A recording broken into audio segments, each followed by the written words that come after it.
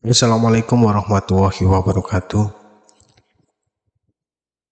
Kadang ketika kita melihat orang yang kita katakan bahwa mereka adalah orang sakti, wali, atau mungkin orang yang memiliki daya linueh atau kelebihan-kelebihan tertentu,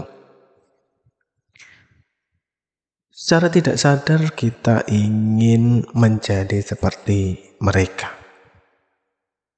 Akan tetapi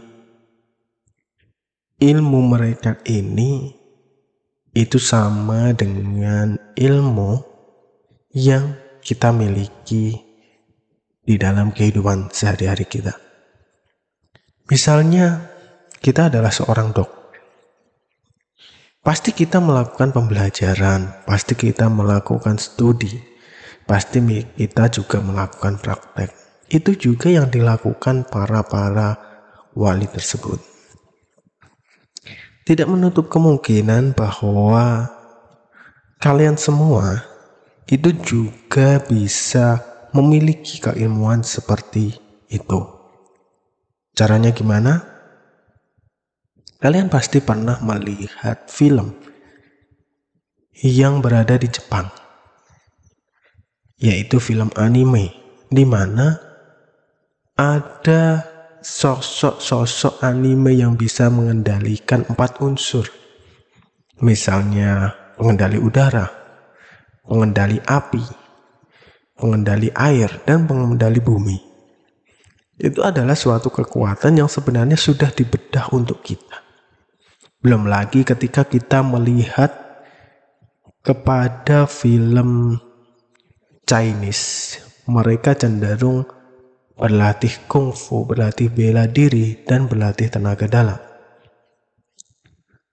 Tapi ketika kita merujuk kepada mereka dan kita tarik kepada Indonesia, sebenarnya di Indonesia juga ada ilmu-ilmu seperti itu. Sayangnya ilmu-ilmu seperti ini kadang disalah artikan. Ada yang menyebutnya musyrik, ada yang menyebutnya kafir, ada yang menyebutnya sesat, ada yang menyebutkan aliran hitam, dan lain sebagainya. Karena memang itu adalah teknik-teknik para penjajah zaman dahulu untuk mengaburkan kekuatan-kekuatan seperti itu agar tidak dimiliki oleh orang-orang Indonesia. Ada yang berafiliasi pada agama tertentu dan mereka menjustifikasi ke agama tertentu. Ada yang berafiliasi pada ilmu-ilmu kanuragan, ilmu-ilmu yang dianggap sesat, dan lain sebagainya. Itu adalah cara mereka untuk mengaburkan hal-hal seperti ini. Dan di dalam Islam pun sebenarnya itu ada. Cuma kita sendiri sebagai orang Islam itu tidak menyadari.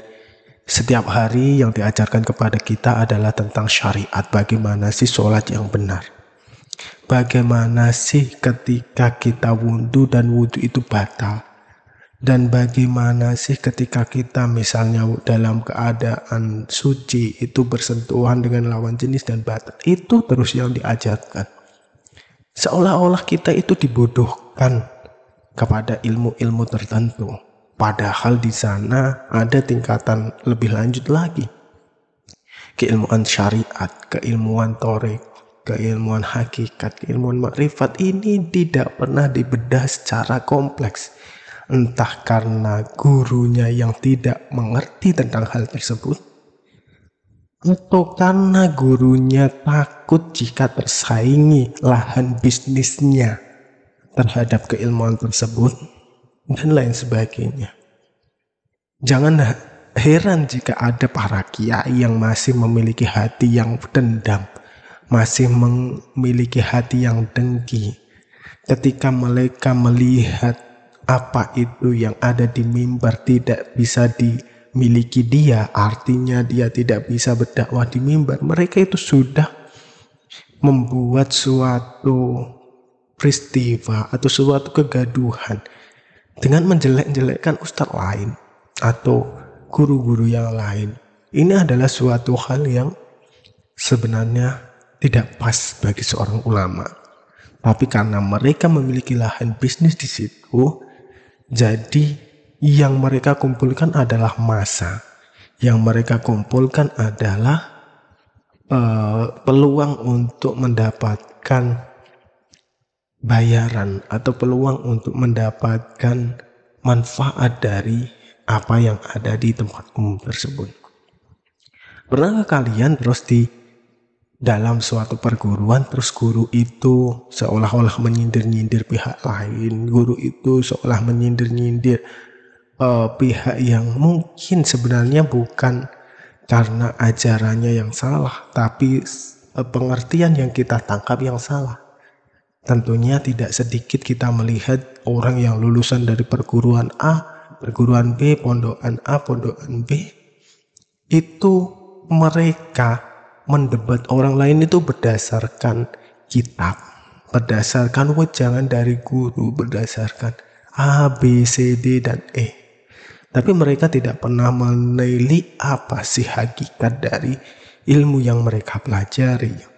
Apa sih makna sesungguhnya dari ilmu yang mereka terapkan. Kita tidak pernah diajari guru kita seperti itu. Makanya kita menjadi orang yang bodoh dan kolot karena hal-hal yang seperti ini.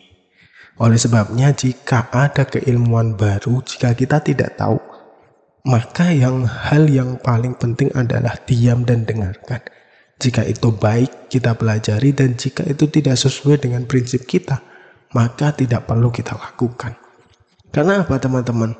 Di dalam suatu keilmuan, ketika orang belajar tentang syariat, dia tidak akan pernah menjadi kawan orang-orang yang belajar makrifat.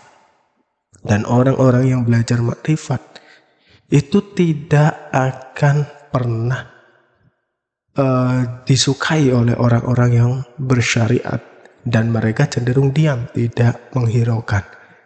Jadi pada dasarnya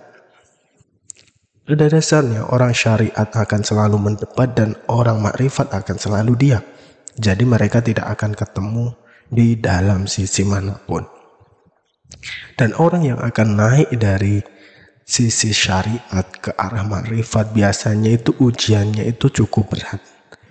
Mungkin sebagian dari kita bilang mampu, tapi pada kenyataannya ketika diuji sedikit aja kita tidak mampu. Itulah dari sisi makrifat. Makanya kita suka mendebat karena kitab ini, karena kitab ini, karena kitab ini, karena kita belum mempelajari, belum mempraktekkan. Tapi banyak orang yang setelah tahu, oh maknanya seperti ini, itu karena praktek. Kenapa sih ketika keadaan darurat itu misalnya daging babi dibolehkan, tapi ketika keadaan biasa itu tidak dibolehkan? Mereka akan tahu setelah melihat dan mengalami keadaan darurat tersebut.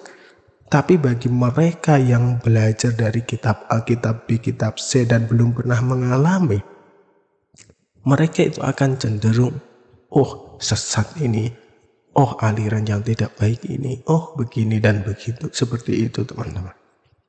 Jadi tergantung teman-teman semua. Jika teman-teman semua ingin melakukan, silakan lakukan dan pilih ilmu yang teman-teman kehendaki. Jangan menjudge satu orang dengan orang yang lain karena suatu hal. Karena suatu hal itu memiliki makna dan maksud masing-masing. Dan jika keilmuan kalian itu belum sampai pada keilmuan tersebut, jangan pernah mencela mereka. Seperti itu. Semoga bermanfaat dan wassalamualaikum warahmatullahi wabarakatuh.